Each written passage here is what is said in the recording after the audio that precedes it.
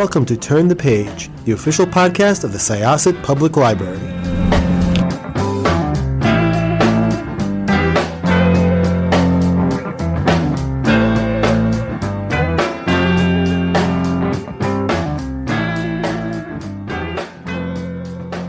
Hello, everyone. Welcome back to Turn the Page. I'm your host today, Jen, and today I am here with one of my favorite friends of the show, a repeat guest who has written lots of beautiful things that I have really loved.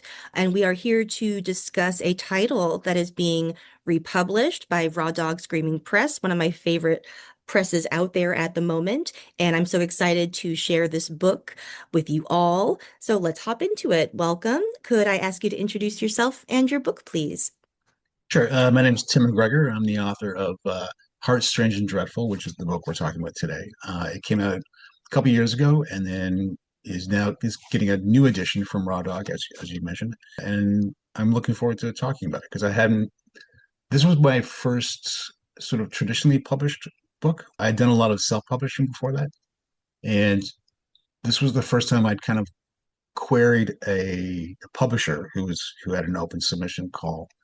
And they accepted it. And it stands out for me as like one of those fun moments where like, hey, I got in. And the original publisher, Off Limits, they had put out Laurel Hightower's first book, and I think Haley Piper's first novel or novella, I forget. And then Catherine McCarthy. I don't know, like some great authors. So I was really, really chuffed to be included in that mix. So the book has kind of a special place in my heart. And I was glad that it got a second chance because Off Limits chose to shut down and give everybody their rights back. So, Yeah, I am deeply grateful that this is going to be published again. It's an absolutely beautiful novel, and it was really interesting to read some of your earlier work after having encountered things that you wrote after that. So I'd love if you could talk a little bit about the inception point for this novel. Was it a particular character? Was it the place in time and history? What was the seed from which it germinated? the original idea came from reading about the New England vampire panic back in the 18th century, or sorry, 19th century, and I think 18th century, uh, which was this phenomenon where people would get sick and they would suddenly think that like a whole family would die from consumption, but uh, in some cases they thought it was like this evil spirit, that the first person who died was actually coming out of the grave like a vampire, even though they didn't even have the word for it back then, and somehow feeding on the other family members until they all got sick and died. And this strange practice of you dig up all the dead family members and cut out their heart, or whichever one looked like they weren't rotting, like typical vampire mythology. You would cut out the heart and you would either burn it and bathe in the smoke, or they would mix the ashes in water and make the sick members of the family drink from it, thinking that it would sort of inoculate them from this somehow. Like a very strange practice. And there was a lot of it in New England. And the last documented case that I know of was 1892, which is only 8 years from the turn of the 20th century. It's kind of a famous case now called Mercy Brown, where they did this, and she was the one they found to be the vampire, and they burned her heart, and her sick siblings were made to drink the ashes. They eventually died too, of course, but I do know, I read somewhere that in Bram Stoker's stuff, Bram Stoker, the author of Dracula, there was a news clipping of that incident in his research, because he had toured America a couple of times. He was a theater manager, so that kind of in 1892, that was I think Dracula came out in 1897, so it was clearly part of his research, which I found fascinating. So for the most part, it was just this strange phenomenon of people digging up the graves of the dead, trying to find this vampire or this evil spirit that was uh, making their families sick. So Yeah, this book sits at the intersection of like two very interesting different histories, and one is sort of like this history of moral panics or sort of I don't want to call it a mass delusion, but just sort of Right. like something that sweeps society in a sort of more psychological and sociological way than perhaps like a medical way, blending all of those things. So there's that history and the history of sort of the vampire in culture, folklore, and literature, and all of that. So, what did your research look like? I think it's fascinating that you were able to sort of look at some of the sources that inspired Bram Stoker. What else did you look at? There is a great book called Food for the Dead. It was I forget the author's name. I think he calls himself a historian of folklore, because he had heard about it as a kid, and so he just researched, just talking to people mostly, but that whole phenomenon as well, which I found fascinating. And it's very hard to track down because a lot of people who are doing it at the time, they kind of knew that they would be mocked for it if the news got out. And in fact, they were like, some of the news clippings treat them as like country bumpkins who don't know any better. So there was that, and then just in like writing historical fiction, like there's no limit to the amount of research you can do. You can often lose yourself in it because there's so much, and once you're into it, it's very fascinating. But one thing I found really helpful was I had a book of diary and journal entries from early American history, and something about reading someone's diary. There's the bigger picture history of like politics and wars and economies. Um, but if you can get down to like the actual personal level of what people are thinking about and what they're worried about, which is often, people don't really change. People here and back then, or 2,000 years ago, they complained about money, they complained about their spouses, they complained about the government, they complained about the crops failing or weather or whatever. Um, but that kind of stuff really kind of opened my eyes as to what would be like, you know, actually living in that time period. Um, and one of the journal entries that I found, it was just it was one sentence for each day, because that's probably all this woman had time for. But it was just like, hog sick on one day, next day she's taken to bed, which means giving birth. Next day is like baby died.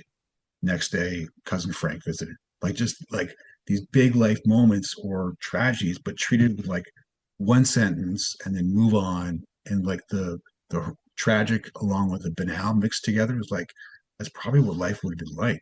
Death would have been so close at all times because uh, disease, hunger, childbirth. Like childbirth was so dangerous. So it's yeah. The research was fun, but you can lose yourself for a while Yeah. and wanting to pack in too much stuff because it's interesting to you, but it might be dragging the story down and stuff. Yeah. But That's a pain I know well. Before I was a librarian, I was a medieval historian at oh, a okay, SUNY school out here. And yeah, it took me 11 years to write my dissertation because research is so much more fun sometimes than the writing. Like the research feels like play, and then the writing is right, kind of like the work. yeah. Like how do you choose what to include and what to leave out and what's germane and what's just your own strange interest, right? But Yes. Yeah. And I think a lot of what your work here reveals, in the vein of what you were just talking about, is especially the nature of women's lives in this right, time period and children's lives, which is always a really interesting thing to me because childhood was conceived of so differently. Um, yeah, yeah. and the age at which one reached adulthood and the responsibilities and role in the family and all of these things. So, with all that in mind, can you talk a little bit about shaping Hester Stokely, who I love so dearly. Yeah. Thank you. Like I said, I'd gone back and revisited the novel, and yeah, I'd forgotten how much I loved Hester just because for one, she's the underdog, and we all love rooting for the underdog. She's an orphan, but living in her uncle's family, so she's part of the family, but she's like it's a bit like a class system. She's kind of a step down because she's not uh, part of that original family. Um, yeah, like I said, like I wanted her to be an underdog because it's it's so easy to root for the sort of underdog. So one, making her a woman naturally would make her then and now would make her an underdog. Mhm. I'm sorry to say, but it's true. Uh, and then making her kind of like the almost like a servant in her uncle's house, you know. But I wanted her to be smart, and I wanted her to have, you know, opinions of her own that may not that might clash with what would be proper for that day, and also be kind of funny. One the one guiding light I had for her sort of voice was True Grit by Charles Portis, which I don't know if you've read, but it's I didn't even know it was a book until like the Coen brothers came out with their movie like 2010, whatever.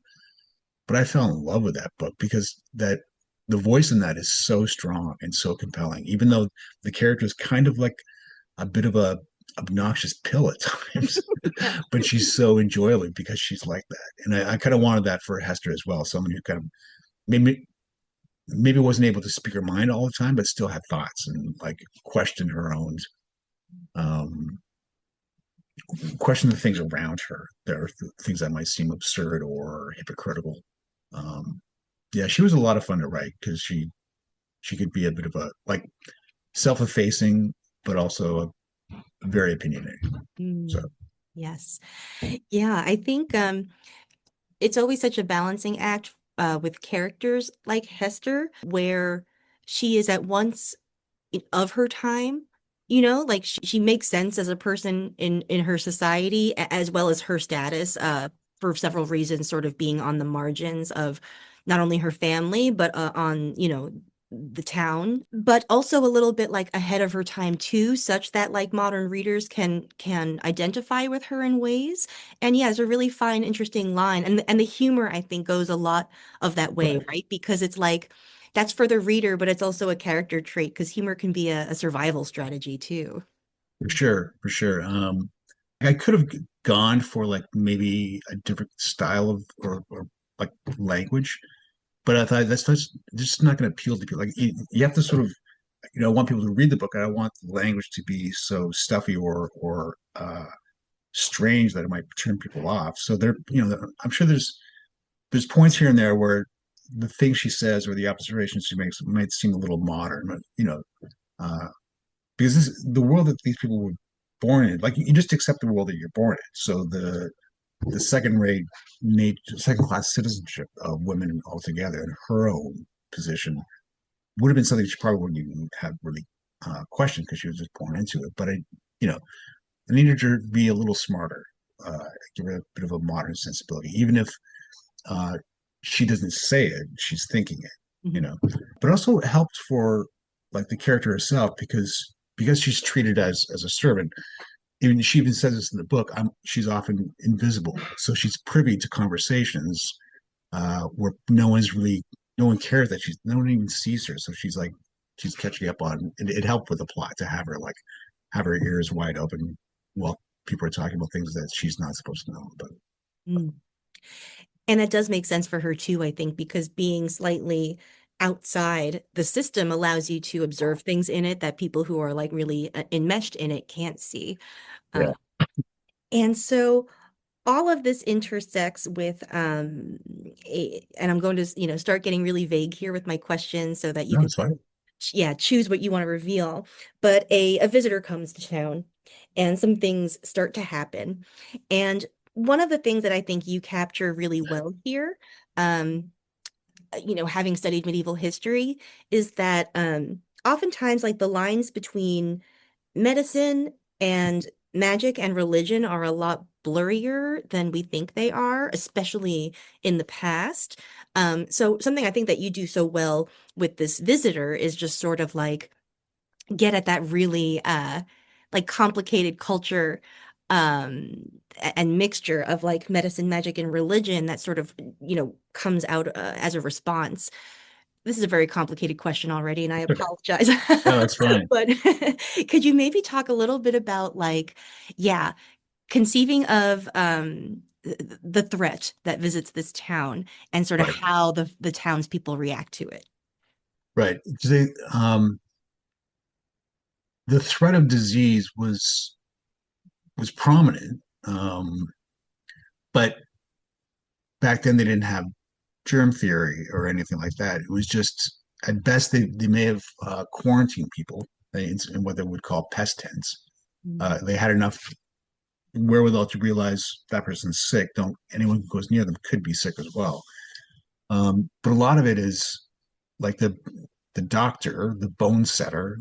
He would have had his own, like some of it may have been actual medical practice, and some of it may have been like uh, magical thinking or folklore, like folk medicine. But it was all the same to him. It was like whatever worked. And Hester has the same attitudes where she's like making poultices and stuff, or using a herb that was picked at midnight on a full moon, treating that as the same as like the bloodletting, the leeching, or bloodletting, yeah, where they actually would drain blood because the humors are out of balance. There's too much blood and not enough bile, which is like the humor theory. It has been around for so long. It's kind of crazy to think about, like the fact that they would just tap someone's vein and draw blood because the idea was that there was the four humors and one was out of balance because there was too much. But it was all treated as medicine back then. So there's no discernment between you know witchcraft and science. It's all whatever works. I think a lot of cases it's kind of like just throw anything against the wall and whatever helps is fine. Like so, if you got a chicken foot and putting it under their pillow, fine. That what's the harm? But it was kind of fun mixing all that stuff and having Hester treat it seriously in her narration. And I'm sure a lot of readers are probably like laughing or like rolling their eyes, having known better. But back then, it would have been science to her. Mhm. They may not have had that word, but it would have been, you know, yeah, just whatever works, spitball, spit and polish, whatever. Yeah, absolutely. Like Which I when always find fascinating. That those treatments. Sorry, go yeah. on. Yeah. Like when I used to read medieval like medical treatises, like the Mhm. cures would be things like put some, lavender essential oil on it, let a little blood, and say three Hail Marys. Yeah. And as you were saying, those were all given like equal effectiveness. They were all thought to Yeah, be equally essential and equally effective. And to me, that really illustrates about how like, early 1800s we periodize as like the modern era, but like the modern era is a lot more medieval sometimes than I think we give it credit for, and vice versa. Like the medieval can be a little bit more modern too. But that's all to say, I think that like that complicated mixture also sort of it makes Hester very essential, but also it makes her vulnerable too, sort of in the landscape of her town. right. Yeah, because anybody who had any kind of weird knowledge might be considered not maybe not a witch, but a little suspect, Yeah. especially in closed communities or very tight knit remote communities where everyone kind of knows everyone's business. As to like the mixture of like remedies and mom's folk tales, to me it was like sort of fascinating to research and stuff. But to put it all in, uh, I sorry, I feel like I'm answering the same question. Make it all part of the mix so it's indiscernible from uh, somebody stitching up a wound. Yeah. Um, you know, Mhm.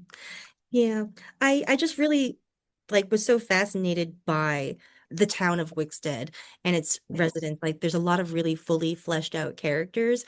In a right, way, it sort of reminded me of something like it's going to sound like a real hard left turn, but like when I watch The Wire, or something like Deadwood, and you're like any one of these characters is so fully nuanced that they could like be the right. star of their own show, like they're not just like an NPC or a supporting character, they're like another fully flesh and blood human being. So on that note, like is there a townsperson or character who A was your favorite to write and B perhaps like the most challenging or difficult?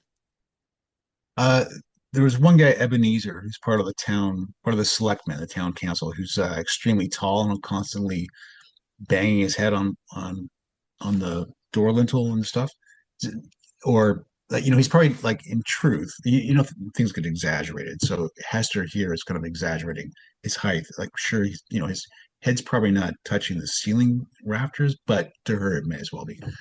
Or to have him like when he's sitting on a horse, he looks like he's riding a pony because he's so damn tall. Um, Writing those kind of absurdities is a lot of fun. Like almost making it comical, but not to the person himself. He thinks he's a very serious person. Or there's there were other scenes where the town council come to the house and Hester has to serve them, and like they're all just eating everything in sight because they're there to discuss business, but half of them there to have a meal. Or I think it's the pastor, the reverend, who comes by. Um, the division of labor in those days, as far as I understand it, they would there would one day would be devoted to one task. So Monday is all the washing and all the baking would get done on Tuesday. And in this case, the pastor always visits on Wednesday because he knows all the baking was done the day before. um, yeah, just like petty, almost greedy aspects of characters who are kind of looking out for themselves in a strange way, but acting pious or whatever. That's always kind of fun to write, you know. Yeah. Sort of basic, almost like not sitcom characters, but characters kind of reveal themselves without thinking they're revealing themselves. Mm. Like um, the character who thinks he's a genius but is clearly an idiot to everybody else. Like I love that character. Yeah. That's a favorite for me. I also love like the sad hedonist, just in general in storytelling, like that's a Right. sort of sad hedonist truth teller. But Like you mean like the person who's kind of seen it all and been jaded by it all, yes, yeah, or 100%. Yeah. yeah, those are great. But for this, let me see. I had a question about that. Oh yeah. So just last night I was watching some sort of like video essay about Raging Bull because I had just watched it the night before. And Robert De Niro said something about acting in it that reminded me a lot of like these characters like living in a repressed society. And De Niro said that like when he's playing a character, he doesn't play the emotion, he plays the behaviors one takes to hide that emotion, right? Because most people Oh don't yeah. try to express their emotions, they try to hide them. And I feel like that's at play, like in a society that is as like repressed and hierarchical, that like most people are going to be trying to hide who they are or what they're feeling in a moment or what they want, and it's going to come out in weird sideways ways. Yeah, for sure. That's a really good quote from De Niro, but it's true, especially with Hester's character. She's clearly in love with this one young man named Henry Beecham, who's a bit of a I don't know a catch, I suppose, but she can't tell people that. Um, so she tries to hide it. Yeah, but character is revealed by what's not said, what's not stated, or or what you're trying to hide, or through actions. And it's always compelling when a character says one thing, but then you see them or read about them doing the exact opposite, and you know people are funny, frustrating character things. Like we all shoot ourselves in the foot or do things that come back to bite us in the ass, even though we think we're doing the right thing. And that's just kind of compelling to watch or read about. Yeah. You know, I think about that a lot when people complain about like unlikable characters or like unlikable choices and stuff like that. And it's like that's often, like when people do the right thing, like that's, doing the wrong thing creates story, right? Because yeah, doing the wrong thing creates conflict, and that's where story is. yeah, it's true. It's funny the whole unlikable narrator thing. Like I don't get it myself. I like reading about characters who are doing something that's kind of dodgy, or have really bizarre reasons for doing so. Uh, but as like, who wants to read a likable character? Like they're not that compelling. Uh, you, if you want to read that, you read the lives of saints. You know, Yes. and even those people had some strange lives, or they were tormented in some awful ways. But Yeah. Absolutely. Because I love when I'm reading a book and I'm like, oh my God, I would never do that. But like that's I don't want to read about someone who's just like me, like because those kind of stories don't happen to me because I wouldn't do that, So Yeah, yeah, and there's nothing better than seeing the sort of domino effect of like one small little decision, and the person keeps trying to cover it, and it keeps getting worse and worse and worse. I was thinking about that recently. Just I was listening to a podcast. They were talking about the news and talking about the currents without getting political, White House administration or people screwing up. Uh, and the one guy said, a lot of times you can get over these things. Like the sin itself isn't what's bad, it's the lie to cover it up. And the continued lying is what gets people really angry, which is true. Like a lot of times if things can be settled by somebody just saying, my mistake, I did something wrong. But it's the lying and the cover up that really is offensive, because it's somebody trying to hide their or maintain their own power or whatever at the expense of other people.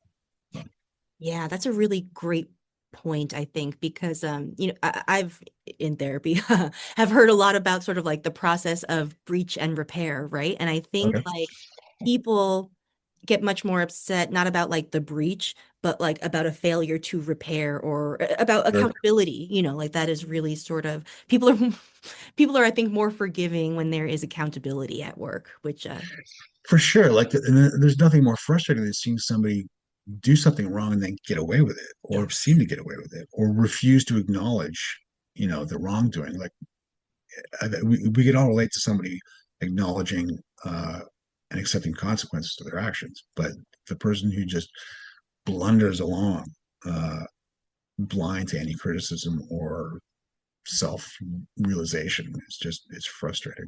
Mm. And certain societies kind of make it easier for that to happen, I think, too.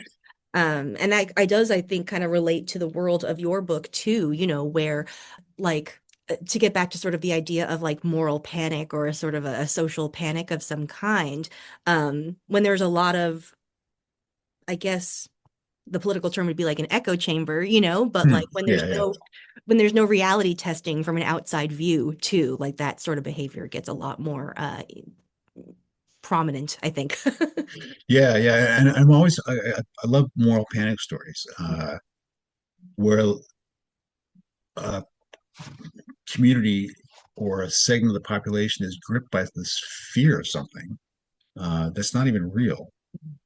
But then it just gets worse because the level of paranoia and finger pointing just goes over the top. Well, a book that I wrote a couple of years ago is all about the satanic panic, which is one of my favorite topics. The '80s thing, just because it was so crazy.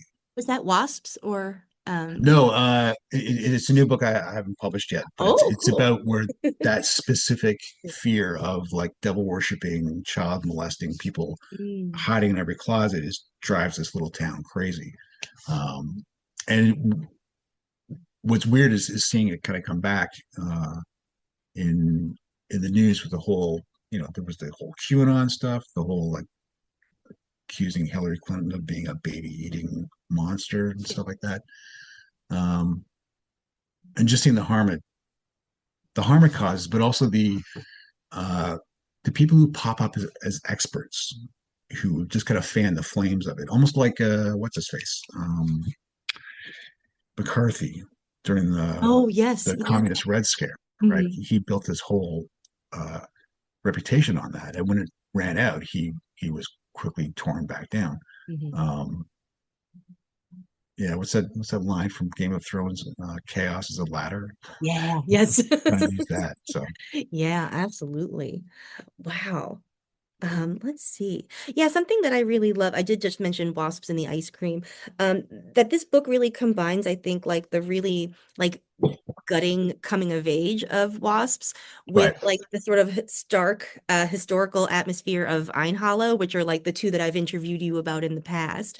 Um, it's just such a really gorgeous story, and I'm so like it's really nice to read an author out of order, and sort of to see their development, but like not in the linear fashion. So right. like when you were revisiting this one, was there anything that you found in your I mean old quote unquote because it's 5 years ago, but was there anything you found there that surprised you or that like that you really were impressed by in your writing from a few years ago?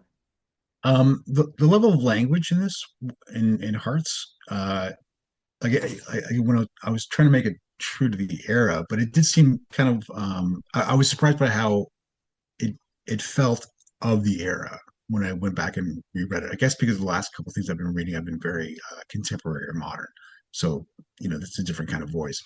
Um, I was pleasantly surprised that the voice of Hester seems of the era to me. So I was kind of happy with that. So because it's difficult to like step back 100 or so years ago and try to make something sound convincing, but not too stilted that would turn a reader off.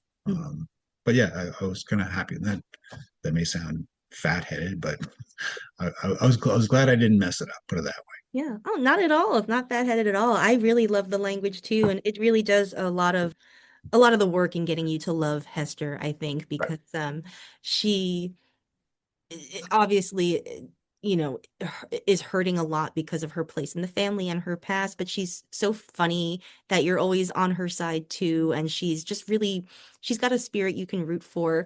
Yeah, it's Right. just a really lovely book, and I was so happy when I saw it in my inbox, and I'm really happy that you agreed to another interview. Thank you. Well, thank you. Like I said it before we started, I've enjoyed our chats in the past because you always ask such great questions, and we have really good conversations. So thank you for having me on again. Well, thank you. So you hinted at some satanic panic in your future. Are you able to say anything else about that? What's on your horizon? At the moment, I'm querying agents. I'm trying to get literary agents to get to bigger publishers like the Big Five or just bigger publishers that require an agent as a gatekeeper. So I've spent the last 2 years querying 2 books, now 3 books on that process, and it is not fun. Okay, it's a lot of like sending off emails and waiting. And as much as I'll get busy on the next project, which is like the best thing to do, it's still kind of waiting just sucks, or rejection just sucks. So it's whatever. Yeah, I've got a couple of projects under my belt. I'm just trying to figure out what to do with them if I can't get to the next rung on the ladder. God, that sounds so striving, but that's what it is. No, I feel you there. And so that's why we're going to ask our listeners now, please go out and buy Hearts Strange and Dreadful. And do Wasp and the Ice Cream too, Ein Hollow, any of the books that Tim has written, go out and buy them so that we can get a literary agent and get to those big publishers. I'm going to do whatever I can to get you there. Thank you, Jed. Thank you. And thank you again, listeners. It's been so lovely. And yeah, it is time to close this chapter. We'll see you all next time. Bye-bye. It's time to close this chapter of Turn the Page. Join us for the next episode.